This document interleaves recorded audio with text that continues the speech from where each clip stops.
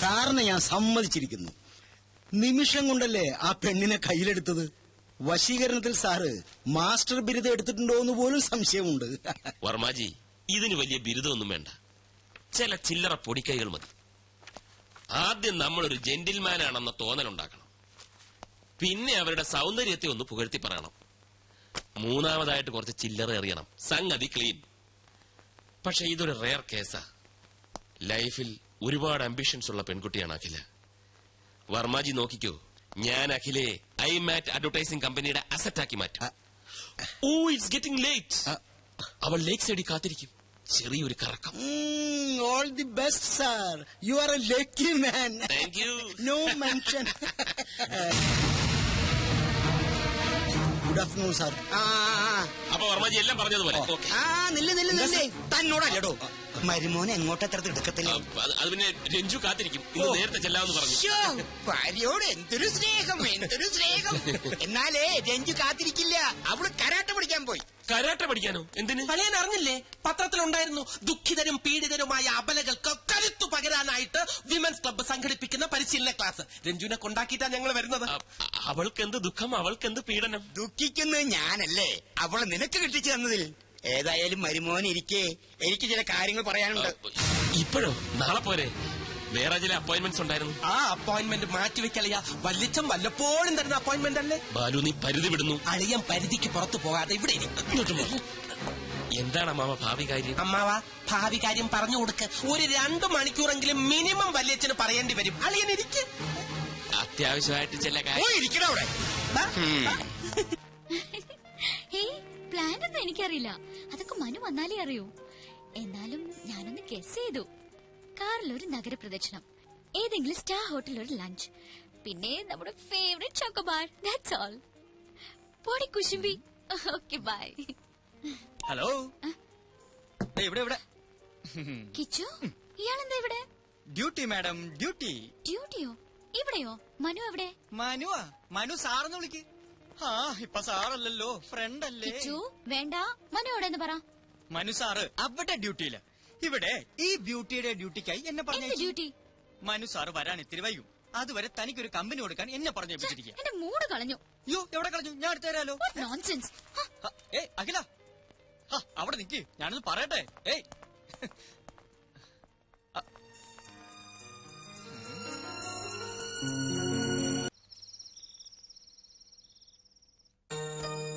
Sorry sorry sorry.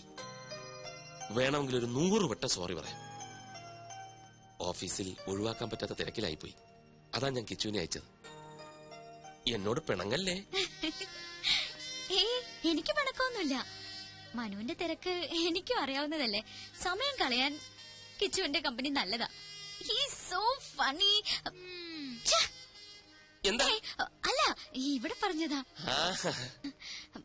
അപ്പോ നാളെ എപ്പോഴാ കാണുക? എപ്പോ വേണേലും കാണാലോ. ഞാൻ ഫ്രീ ആണ്. സമയം ഫിക്സ് ചെയ്തോളൂ. നാളത്തെ മീറ്റിംഗിൽ ഞാൻ തന്നെ വരും, തീർച്ചയായും. കിച്ചുവിനെ അയക്കില്ല. ഓക്കെ. അയ്യോ, ഫോൺ വെക്കല്ലേ, ഞാൻ ഉറങ്ങാൻ പോവാ. അതിനു മുൻപ് ടെൽ മീ സംതിങ് സ്വീറ്റ്. ഇപ്പോഴോ? എന്റെ അടുത്ത് നീ എപ്പോഴും ഉണ്ടായിരുന്നെങ്കിൽ എന്ന് ഞാൻ ആശിച്ചു പോകുകയാണ്. I love you. നിനക്കെന്താ വട്ടുപിടിച്ചോ? വട്ടുപിടിച്ചത് എനിക്കല്ല, മനുവേട്ടനാ. ഈ പറഞ്ഞതാ ഫോണിൽ കൂടെ അപ്പുറത്ത് കേട്ട് കാണില്ലേ? കേക്കട്ടെ. പാതിരാത്രിയില്ല ഇവനൊക്കെ വിളിക്കാൻ കണ്ട നേരം. മനുവേട്ട, ഒരു കാര്യം കേൾക്കണോ? ഇന്നിവിടെ അച്ഛനും ബാലുവേട്ടനും തമ്മിൽ പൊരിഞ്ഞ ഡിസ്കഷൻ ആയിരുന്നു. എന്ത് ഡിസ്കഷൻ? മനുവേട്ടന്റെ പോക്ക് ശരിയല്ലെന്നും ഒരു കടിഞ്ഞാണിടണമെന്നും ബാലുവേട്ടൻ. അച്ഛനല്ലേ ആള്. നീ എന്താ കേട്ടെന്ന് പറ.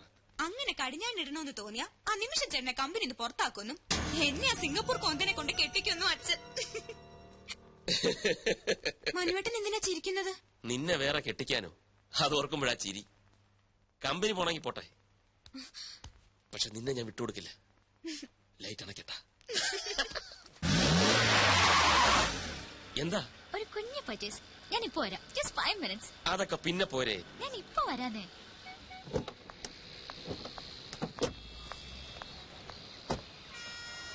ഇതൊരു നടക്ക് പോവില്ല.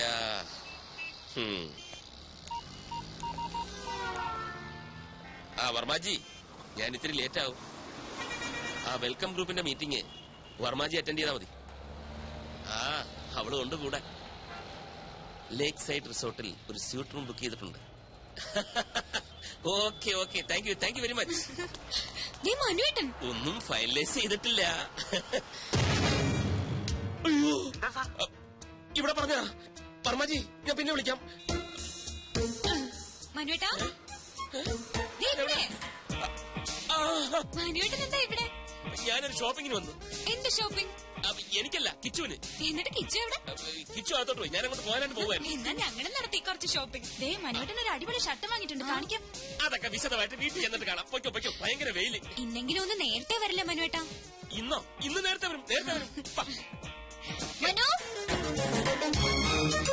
മനുവിന് വന്നേ.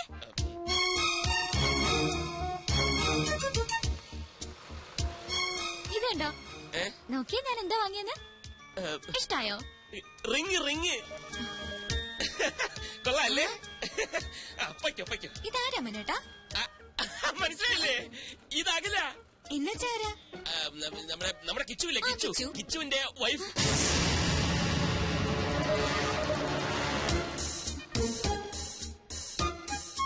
കിച്ചു എപ്പോഴാ കല്യാണം കഴിച്ചത്?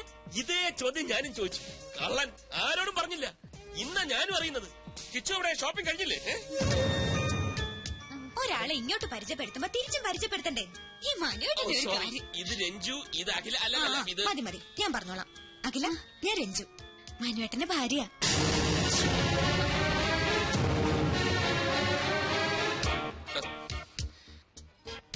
ഇനിയിപ്പൊ പൊയ്ക്കൂടെ? പ്രോമിസ് ചെയ്ത പോലെ നേരത്തെ വരണേ. ഓക്കെ, ബൈ അഖില.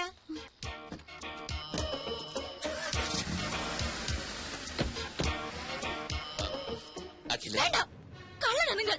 പേരും കള്ളൻ. അഖില, ഞാൻ പറയുന്നൊന്ന് കേൾക്കൂ. എനിക്ക് കാണണ്ട ഇനി നിങ്ങള്.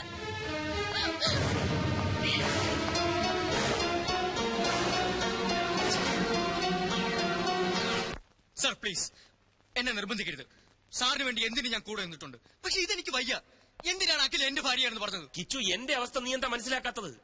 പെട്ടെന്ന് അങ്ങനെ ഒരു കണ്ടുമുട്ടലുണ്ടായപ്പം പിന്നെ ഞാൻ എന്താ പറയേണ്ടിയിരുന്നത്? അവൾ എന്റെ കാമുകിയാണെന്നോ?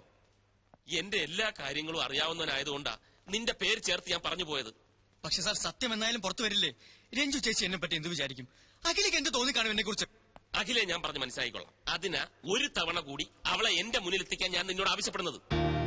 ഇല്ല സാർ, എനിക്കതിന് കഴിയില്ല. എന്നെ ഒഴിവാക്കി തരണം പ്ലീസ്. എനിക്ക് മനസ്സിലായി, നിനക്ക് ബുദ്ധിമുട്ടാണല്ലേ. സ്വന്തം അനുജന്റെ സ്ഥാനത്താ നിന്നെ ഞാൻ കണ്ടത്. ഏതാപത്തിനും കൂടെ നിൽക്കുമെന്ന് വിചാരിച്ചു. തെറ്റിപ്പോയി, എനിക്ക് തെറ്റിപ്പോയി. ചെന്ന് പറയാൻ ഞാൻ രഞ്ജുവിനോട് എല്ലാം നുണയായിരുന്നു. അഖില എന്റെ കാമുകയാണെന്ന്. അതോടെ എല്ലാം അവസാനിക്കും. ഈ സ്ഥാപനവും സ്ഥാനമാനങ്ങളും എല്ലാം തകർന്നടിയട്ടെ. ഞാനൊരു തെണ്ടിയെ പോലെ ഈ റോഡിലൂടെ അലയട്ടെ. എല്ലാം എന്നാ പിന്നെ എന്തിനാ നിന്റെ സ്വപ്ന സൗധം മാത്രം ബാക്കി? അതും പറയാം.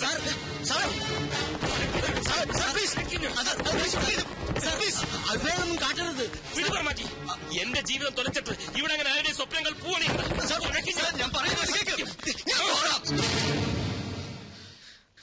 ഞാൻ പോകാം. അഖിലയുമായി സംസാരിക്കാം. അവളെ സാറിന് മുമ്പിൽ കൊണ്ടുവരാം. ഇതാ പണം. ഇനിയും വേണോ? തരാം. വേണ്ട സാർ, ഒന്നും വേണ്ട. സാറിനത് എന്തു പറ്റി? ഇത്രയും ദേഷ്യം ഇതുവരെ ഞാൻ കണ്ടിട്ടില്ല. ഞാൻ ദേഷ്യപ്പെട്ടെന്ന് ആര് പറഞ്ഞു? ചെറിയൊരു ഡ്രാമയല്ലേ. അഖിലയെ വീണ്ടും എന്റെ മുന്നിലെത്തിക്കാൻ കിച്ചുവിന് മാത്രമേ കഴിയൂ. അവൻ അതിൽ നിന്ന് ഒഴിഞ്ഞു മാറാൻ ശ്രമിച്ചപ്പോൾ അവന്റെ സ്വപ്നത്തിൽ തന്നെ കയറി പിടിച്ച ഒരു പെർഫോമൻസ്. എന്താ ബുദ്ധി! സമ്മതിച്ചിരിക്കുന്നു. വർമാജി, ഈ ലോകത്ത് സത്യം പറഞ്ഞാൽ ആരും വിശ്വസിക്കില്ല. ഒരു കള്ളം ഉറക്കെ പറഞ്ഞാൽ അപ്പ വിശ്വസിക്കും. Point is noted sir. വേണ്ട, എനിക്കൊന്നും കേൾക്കണ്ട. ആരും കാണും വേണ്ട. ചതിയനാ, വഞ്ചകനാ. പുറത്തൊരു മുഖവും ഉള്ളിൽ മറ്റൊരു മുഖവുമാണ് അയാൾക്ക്. നീ എന്റെ നല്ല ഫ്രണ്ട് ആണെന്നാ ഞാൻ കരുതിയത്. എല്ലാം അറിയാവുന്ന നിനക്കെങ്കിലും എന്നോട് പറയാമായിരുന്നു.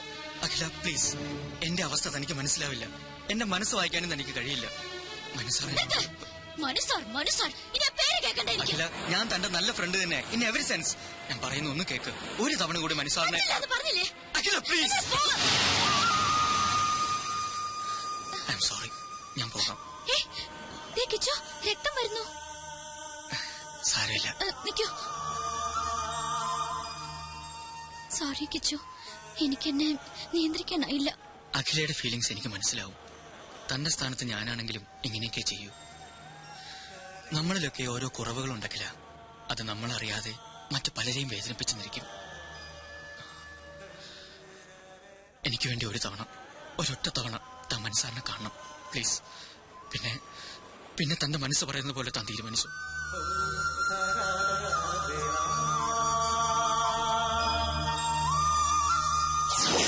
ഇനി എന്താ പറയാനുള്ളത്? ഒരു നുണ മറയ്ക്കാൻ മറ്റൊരു നുണ, അല്ലാതെന്താ? അഖിലയോട് ഞാൻ ഒരു നുണയും പറഞ്ഞിട്ടില്ല. ഇല്ലായിരിക്കാം, പക്ഷേ പറയേണ്ട ഒരു സത്യം മാത്രം പറഞ്ഞില്ല. നിങ്ങൾ വിവാഹിതനാണെന്ന സത്യം. ഇല്ല, പറഞ്ഞില്ല. എന്തുകൊണ്ട്? അത് സത്യമല്ലാത്തതുകൊണ്ട്. രഞ്ജു എന്റെ അമ്മാവന്റെ മകളാണ്. സ്നേഹിച്ച പുരുഷൻ വിവാഹത്തലേന്ന് കാലുമാറിയപ്പോ മറ്റേതൊരു പെൺകുട്ടിയെയും പോലെ മാനസികമായി അവളും തകർന്നുപോയി. 3 ദിവസം ബോധം നശിച്ച് ആശുപത്രിയിൽ കിടന്ന അവൾ ബോധം വന്നപ്പോൾ ആദ്യം മുന്നിൽ കണ്ടത് എന്നെയാണ്. സത്യത്തിൽ എന്റെ ദുരവസ്ഥ അവിടെ തുടങ്ങിയായിരുന്നു. അവളുടെ വിവാഹം കഴിഞ്ഞെന്നും അവളെ സ്നേഹിച്ച ചെറുപ്പക്കാരൻ ഞാനാണെന്നുമുള്ള വിചിത്രമായ വിചാരം എങ്ങനെയോ മനസ്സിൽ കടന്നുകൂടി. അത് തിരുത്താൻ പോയപ്പം ആകെ വയലന്റായി. ഡോക്ടറുടെ നിർദ്ദേശപ്രകാരം ഇന്നും ഞാൻ അങ്ങനെ അഭിനയിക്കുകയാണ്. അഖിലയ്ക്ക് ഓർമ്മയില്ലേ, ഞാൻ അവളുടെ ഭർത്താവാണെന്ന് അവളെന്ന് പറഞ്ഞപ്പം ഒപ്പമുണ്ടായിരുന്ന അമ്മു ഒന്നും മിണ്ടിയില്ല. എന്തുകൊണ്ട്? മിണ്ടിയാൽ അവിടെ ഒരു സീൻ ഉണ്ടാവുമെന്ന് അമ്മുവിനറിയാം. പാവം അമ്മുവിന് പോലും അഭിനയിക്കേണ്ടി വന്നു. ആ അവസ്ഥയിൽ ഞാൻ സ്നേഹിക്കുന്ന പെൺകുട്ടിയാണ് അഖിലയെന്ന് രഞ്ജുവിനോട് പറഞ്ഞാൽ എങ്ങനെയിരിക്കും? ഒന്ന് ആലോചിച്ച് നോക്ക്. അടുത്ത മാസം ചികിത്സയ്ക്കായി അവൾ ബാംഗ്ലൂർക്ക് പോവുകയാണ്. ഇനി അഖില എന്നോട് പിണങ്ങിയാലും ശരി, എന്നെ വെറുത്താലും ശരി, പഴയ രഞ്ജുവിനെ വീണ്ടെടുക്കാൻ വേണ്ടി എനിക്ക് അഭിനയിച്ചേ പറ്റൂ. സോറി.